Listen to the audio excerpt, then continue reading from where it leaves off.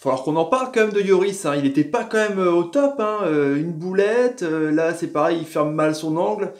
Mandanda commence à se poser des questions, moi je vous le dis, hein. Salut à tous, footeuses et footeux de la famille, c'est Thomas. Fin du match entre la France et les États-Unis, un but partout, un but de Green et un but de Kylian Mbappé, KM29, qui a fait un super match, on va en reparler. Du coup, les Bleus qui restent invaincus sur ces 3 matchs de préparation, hein. Le 2-0 contre l'Irlande, le 3-1 contre l'Italie et le 1 partout là au Groupama Stadium de Lyon face aux États-Unis d'Amérique. Mais donc, du coup, c'est une mauvaise note quand même parce que c'était une équipe assez faible mais très très physique.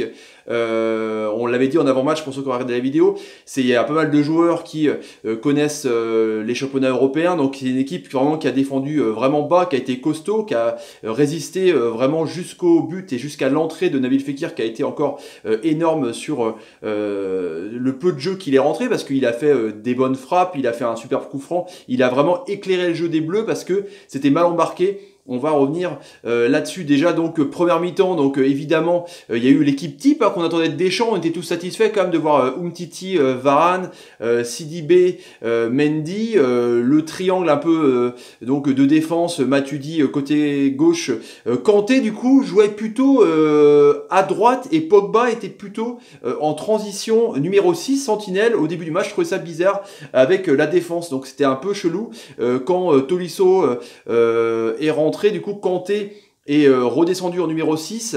Pogba a pris la place de Matuidi côté gauche et Tolisso côté droit. C'était un peu mieux, c'était un peu mieux fourni. Il y avait plus du coup d'appels, plus de Pogba proposait plus dans le cœur du jeu, parce que c'est vrai que quand Pogba est censé être le joueur qui doit faire le jeu au milieu de terrain un peu, on lui propose, il était faisait ça à la Juventus de Turin, il faisait ça aussi à Manu, donc on lui demande ça, hein, c'est ce qu'on lui demande à Paulo Lapioche. Et ben du coup, quand Tolisso est rentré, il faisait un peu le travail de sape. Le double pivot, c'était donc l'ami Kanté. Du coup, Pogba a proposé plus au niveau de l'attaque, quoi. Il était plus proche des attaquants, c'était un peu mieux, j'ai trouvé.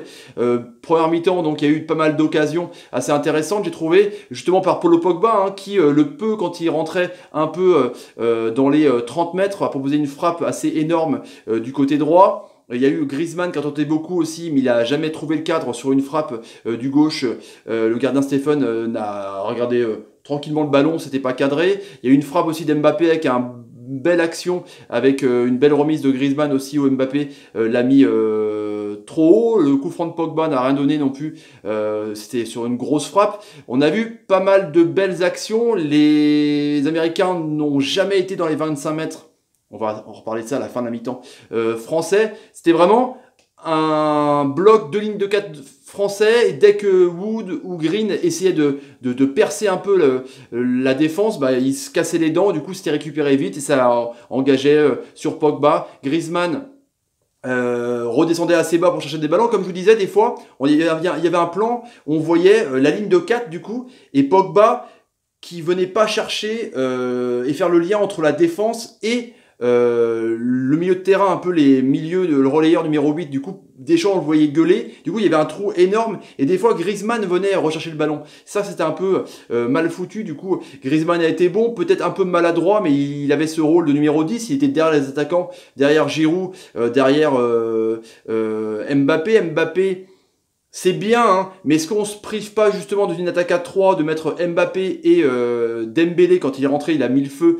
Et du coup, Griezmann en numéro 9, un peu, il fait ce qu'il veut, hein, il te rend libre, parce que quand tu as Mbappé avec un autre attaquant qui tourne autour de Giroud, et bah du coup, il arrive à dribbler dans les petits espaces, il arrive à provoquer. On a vu des 1-2 assez magnifiques entre Griezmann et Mbappé. Il y avait une relation Griezmann-Mbappé, ils ont mis de côté Giroud, parce que Giroud, il n'était pas dans le ton, hein. Il a fait des belles actions sur des corners, il était là de la tête, sur les coups francs il était là de la tête aussi, mais du coup il était un peu un temps en retard, c'est clair. À un moment donné il a laissé passer pour Griezmann, il n'y avait personne, il n'arrivait pas trop à trouver un peu son jeu. Du coup ça s'est vu parce qu'il s'est pris un brin, une double pichenette, uppercut, tout ce que vous voulez du gardien Stephen.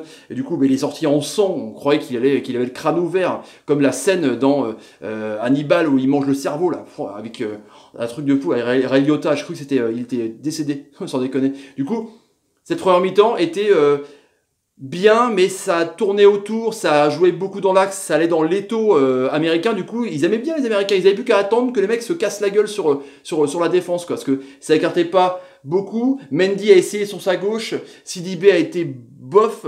On va en parler aussi avec donc la rentrée de Pavard à sa place, qui a été encore une fois super bon. Et du coup, la première mi-temps, voilà, c'était quand l'équipe de France doit faire le jeu, et ben c'est pas terrible parce qu'il n'y a pas de créateur de ballon. Le seul créateur donc c'est Pogba, mais il était trop bas, et Griezmann, mais on lui demande aussi à la fois de marquer des buts, de créer, de redescendre le ballon, d'aiguiller vers la droite et la gauche. Donc c'est un peu compliqué. Tout le monde on met les pinceaux avec Mbappé. C'était pas terrible la tactique, j'ai trouvé. Du coup, 44e minute, qu'est-ce qui se passe sur une action, une des seules incursions pratiquement des Américains? Et du coup, voilà, la défense, donc Umtiti, Sidibé qui couvre pas, mais Sidibé est obligé du coup d'aller dans la surface de réparation pour d'essayer de marquer sur un joueur. Il laisse dormir complètement. Le mec, il passe entre trois joueurs, il fait un centre.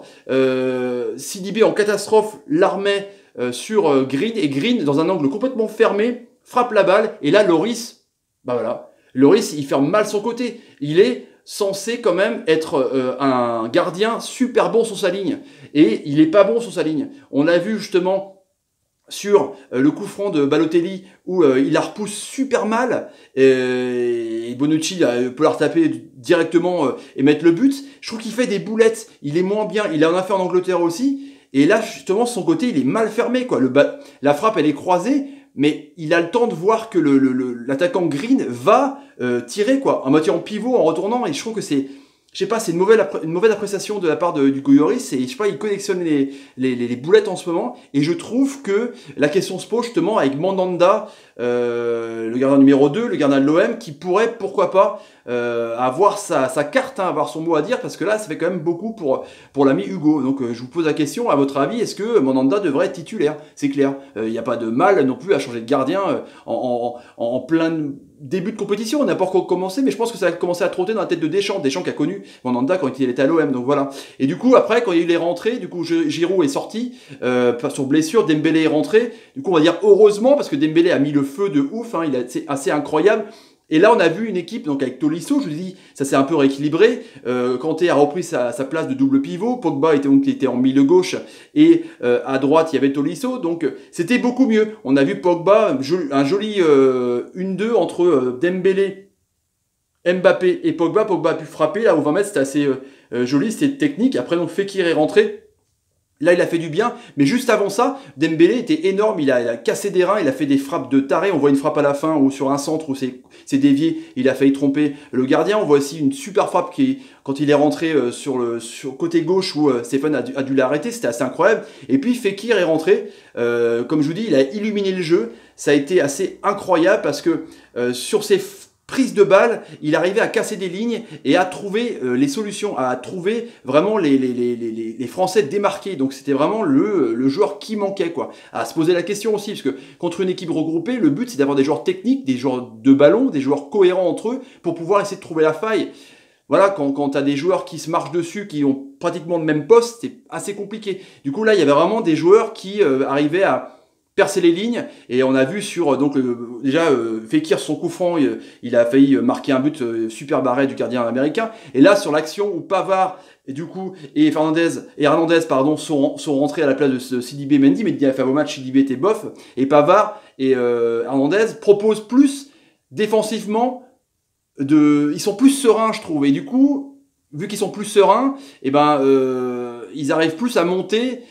Et quand ils montent, ils sont dangereux. Il y a eu un coup franc où Hernandez a provoqué son côté, et Pavard, quand il est rentré, du coup avec cette action sur Fekir a dribblé 3 joueurs, a fixé même 3 joueurs, hop, petit décalage sur Pavard, et Pavard un centre au cordeau qui trouve Mbappé, un partout. C'était assez incroyable. Franchement, après il y a une frappe lourde de l'ami Fekir, mais du coup Pavard toujours dans les bons coups, hein. On avait vu sur le but de Umtiti que c'était encore Pavard qui avait centré encore une fois sur Mbappé. Donc Pavard quand il rentre, il est assez incroyable, assez juste. Donc c'est vrai que pour moi c'est vraiment une bonne pioche. Les deux latéraux, c'est impressionnant. Du coup les flops pour moi c'est Lloris, hein, que je trouve voilà un peu moyen en ce moment.